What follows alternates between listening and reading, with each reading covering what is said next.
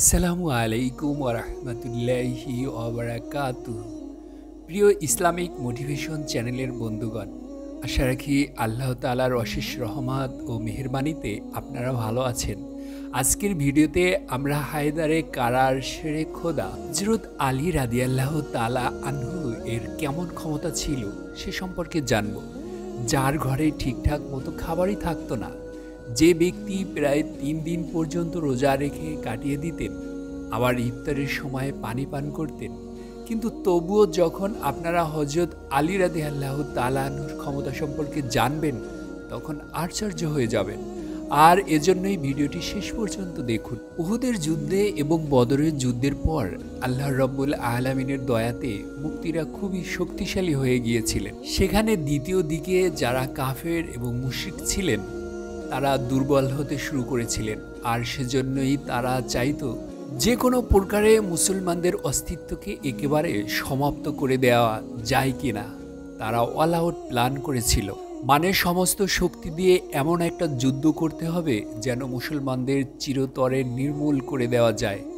এরপর ৬২৭ খ্রিস্টাব্দে জানুয়ারি মাসে কাফের এবং মুশরিকরা একসঙ্গে জোট বাঁধে, মদিনার দিকে এগোতে শুরু করলো। এই খবর যখন মুহাম্মদ রাসূলুল্লাহ সাল্লাল্লাহু আলাইহি সাল্লামের কাছে পৌঁছায়, তখন রাসূল সাল্লাল্লাহু আলাইহি সাল্লাম তার সমস্ত সাহাবা ইকরাম রাদিয়াল্লাহু তাআলা আনহুদের ডেকে বললেন, একদিকে আরবের সমস্ত মুশরিকরা জোটবদ্ধ হয়েছে, আর অন্যদিকে আমরা সামান্য কয়েকজন মুসলিম।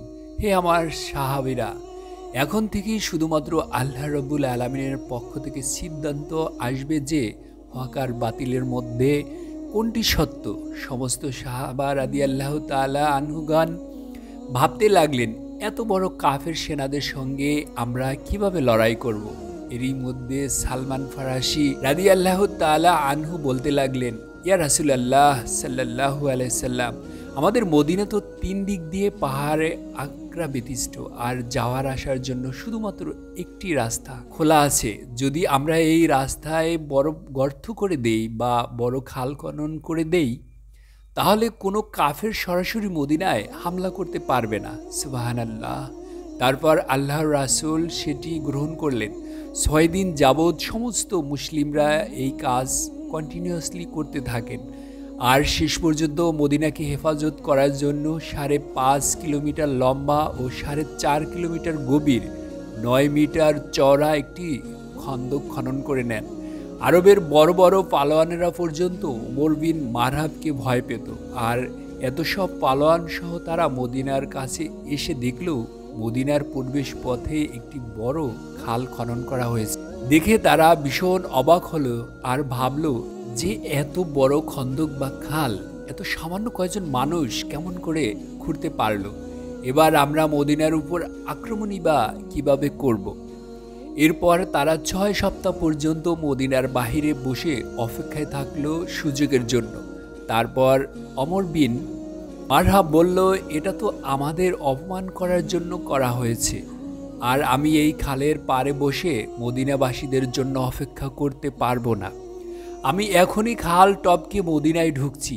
যেই কথা সেই কাজ, সে মদিনায় প্রবেশ করলো খাল টপকে। তারপর জোরে জোরে চিৎকার করতে লাগলো, বলতে লাগলো, হে মুসলমান মিথ্যাবাদী কাপুরুষেরা, যদি ক্ষমতা থাকে তাহলে বেরিয়ে এসো আমার সঙ্গে মোকাবেলা করতে, অথবা আমার হাতে হত্যা হয়ে যাও। এমন কথা শুনে সমস্ত মুসলিম নিজের চক্ষু দৃষ্টিকে নিচে করে রাখলো আর চুপচাপ থেকে গেল। এরই মধ্যে হযরত আলী রাদিয়াল্লাহু তাআলা আনহু খাড়া হয়ে দাঁড়ালেন আর বলতে লাগলেন, ইয়া রাসূলুল্লাহ সাল্লাল্লাহু আলাইহি সাল্লাম, আপনি আমাকে অনুমতি দিন, আমি সেখানে যাব। মুহাম্মদ সাল্লাল্লাহু আলাইহি ওয়াসাল্লাম বলেন, হে আলী, তুমি বসে পড়ো। তুমি কি জানো তোমার সামনে কে আছে? তোমার সামনে বিশ্ববিখ্যাত পালোয়ান ওমর বিন মারহাব আছে, যার সঙ্গে তুমি মোকাবেলা করতে পারবে না, কেননা তুমি এর মোকাবেলাকারী নও, আর তোমার বয়সও এখনো কম। সে সময় আলী রাদিয়াল্লাহু তাআলা আনহুর বয়স ছিল মাত্র 23 বছর। অতঃপর ওমর বিন মারহাব চিৎকার করতে করতে আবারও বলতে লাগলো, হে মুসলমানেরা, কোথায় তোমরা? তোমাদের সেই জান্নাত কোথায় যেটির দাবি করিস? হেরে যাবি বলে মাথা নত করিস, লজ্জা করে না? তোরা না শহীদ হলি জান্নাতে চলে যাবি? তোদের মধ্যে কি এমন একজনও নেই যে জান্নাতের সুগন্ধ পেতে চায়? মুসলমানদের মধ্যে বড় বড় বাহাদুর পালোয়ান বসেছিল, যার কেউ নড়চড় করছিল না, সবাই চুপ ছিল। কিন্তু আবারও বসে থাকতে পারলেন না হযরত আলী রাদিয়াল্লাহু তাআলা আনহু। আবারও সোজা হয়ে দাঁড়িয়ে রাসূল সাল্লাল্লাহু আলাইহি সাল্লামের দিকে তাকিয়ে বললেন, ইয়া রাসূলুল্লাহ, আপনি শুধু আমাকে অনুমতি দিন, আমি এই জালিম শয়তানের মুখ বন্ধ করে দিয়েই ছাড়ব। তখন রাসূল সাল্লাল্লাহু আলাইহি সাল্লাম আবার বলতে লাগলেন, হে আলী, তুমি বসে যাও, তুমি কি দেখতে পাচ্ছ না তোমার সামনে ওমর আছে? এরপর রাসূল সাল্লাল্লাহু আলাইহি ওয়াসাল্লাম নিজেই বললেন, কে এমন আছো এই কাফেরের মুখ বন্ধ করবে? এমন কথা শুনে সবাই নিজের নজরকে নিচের দিকে রাখলো আর সবাই বলতে লাগলো, ইয়া রাসূলুল্লাহ সাল্লাল্লাহু আলাইহি সাল্লাম, আপনি কি জানেন এই ওমর বিন মারহাব এক হাতে উটের বাচ্চাকে ধরে রাখে আর অন্য হাতে শত শত শত্রুদের উপর একসাথে তরবারি চালায়? এই শয়তানের সঙ্গে কে লড়াই করতে পারবে? এরই মধ্যে হযরত আলী রাদিয়াল্লাহু তাআলা আনহু সুদৃঢ়ভাবে তৃতীয়বারের মতো দাঁড়িয়ে গেলেন আর বলতে লাগলেন, হে আমার নবী, আপনি আমাকে শুধুমাত্র অনুমতি দিন, আমি এই কাফেরের মুখ চিরতরে বন্ধ করে দিব ইনশাআল্লাহ। তৃতীয়বার বলার পর হযরত আলী রাদিয়াল্লাহু তাআলা আনহুকে রাসূল সাল্লাল্লাহু আলাইহি সাল্লাম যাওয়ার অনুমতি দিলেন। অনুমতি পাওয়ার সঙ্গে সঙ্গে হযরত আলী রাদিয়াল্লাহু তাআলা আনহু এক হাতে ঢাল অন্য হাতে তরবারি নিয়ে ওমর বিন মারহাবের নিকট পৌঁছে গেল। ওমর বিন মারহাব এর সমস্ত শরীর লোহার চাদরে ঢাকা ছিল, অর্থাৎ তার কাপড় লোহা দ্বারা তৈরিকৃত ছিল, এমনকি তার টুপিও লোহা দ্বারা তৈরি ছিল। ওমর বিন মারহাব নিজের সামনে হযরত আলী রাদিয়াল্লাহু তাআলা আনহুকে দেখে বললেন, তুমি আবার কে? হে যুবক, তুমি কেন এখানে মরতে এসেছো? এটা শুনে হযরত আলী রাদিয়াল্লাহু তাআলা আনহু বলতে লাগলেন, আমি কারারে হায়দার, আমার মা আমার নাম রেখেছেন হায়দার। আপনাদেরকে জানিয়ে রাখতে চাই, হায়দার খুবই শক্তিশালী দক্ষ একটি সিংহকে বলা হয়ে থাকতো। কারারে বলার হয়ে থাকতো ফিরে ফিরে আক্রমণকারীকে, আর এর জন্যই আলী রাদিয়াল্লাহু তাআলা আনহুর উপাধি কারারে হায়দার ছিল, অর্থাৎ ফিরে ফিরে আক্রমণকারী সিংহ। ওমর বিন মারহাব আবারও বলতে লাগলো, তুমি যেমনভাবে এসেছিলে বাছা সেভাবেই ফিরে যাও, কেননা আমি বাচ্চাদেরকে মারতে চাই না। হযরত আলী রাদিয়াল্লাহু তাআলা আনহু বললেন, কিন্তু আমি তো তোমাকে মারতে এসেছি। এমন কথা ওমর বিন মারহাব শুনে খুবই রাগান্বিত হয়ে গেলেন আর সেজন্য এগিয়ে এসে হযরত আলী রাদিয়াল্লাহু তাআলার উপর হামলা করল।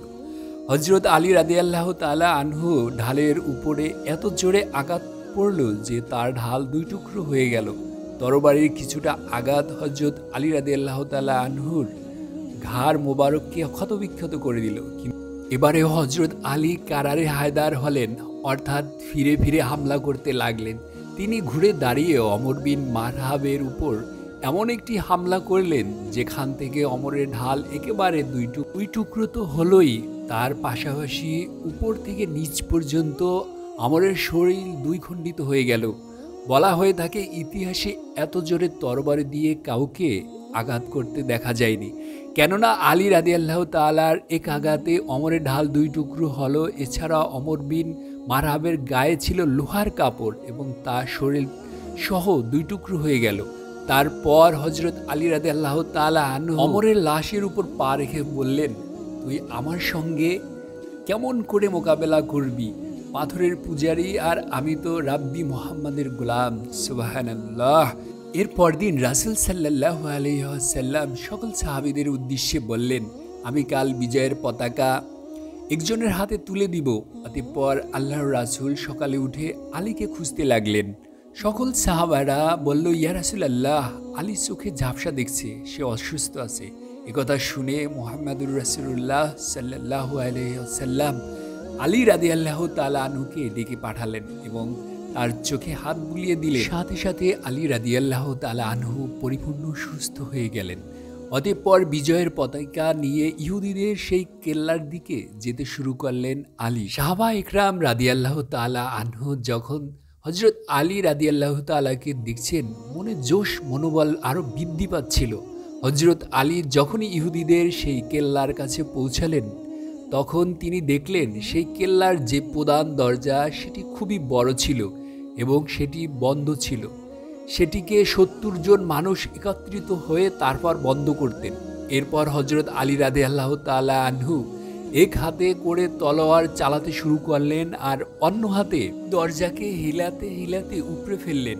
আর সাহাবা একরামদেরকে বলতে লাগলেন, আপনারা সকলে কেল্লার ভিতরে প্রবেশ করেন। হজরত আলী রাদিয়াল্লাহু তাআলা আনহু সেই পর্যন্ত দরজাটিকে উপড়ে করে রেখেছিল, যতক্ষণ পর্যন্ত মোটামুটি ৬০০ জন সাহাবী রাদিয়াল্লাহু তাআলা আনহু কেল্লার মধ্যে প্রবেশ করতে না পারছিল। যখন সমস্ত সাহাবা একরামগণ সেই কেল্লার ভিতরে প্রবেশ করলেন, তখন হযরত আলী রাদিয়াল্লাহু তাআলা আনহু সেই দরজাটিকে ছুঁড়ে ফেলে দিলেন এবং সেটি আলী রাদিয়াল্লাহু তাআলা আনহুর কাছ থেকে কয়েকশো গজ দূরে গিয়ে পড়ল। সুবহানাল্লাহ। তো যার শক্তি ৭০ জন মানুষের সমান ছিল, তিনি তো শেরে খোদা হযরত মাওলা আলী রাদিয়াল্লাহু তাআলা আনহু। সমস্ত যোদ্ধাদের বাহাদুরি যেখানে শেষ হয়ে যেত, তখন আলী রাদিয়াল্লাহু তাআলা আনহু এর বাহাদুরি শুরু হতো। আজও মুসলিম বিশ্বের সেনাবাহিনীর ট্যাঙ্ক কামান থেকে শুরু করে যুদ্ধ অস্ত্র, যুদ্ধ বিমান, সকল কিছুর মধ্যেই আলী নাম যুক্ত করার চেষ্টা করে। সুবহানাল্লাহ। কিয়ামত পর্যন্ত সকল মুসলিম যোদ্ধাদের সর্বশ্রেষ্ঠ অনুপ্রেরণা হচ্ছে শেরে খোদা আলী রাদিয়াল্লাহু তাআলা আনহু।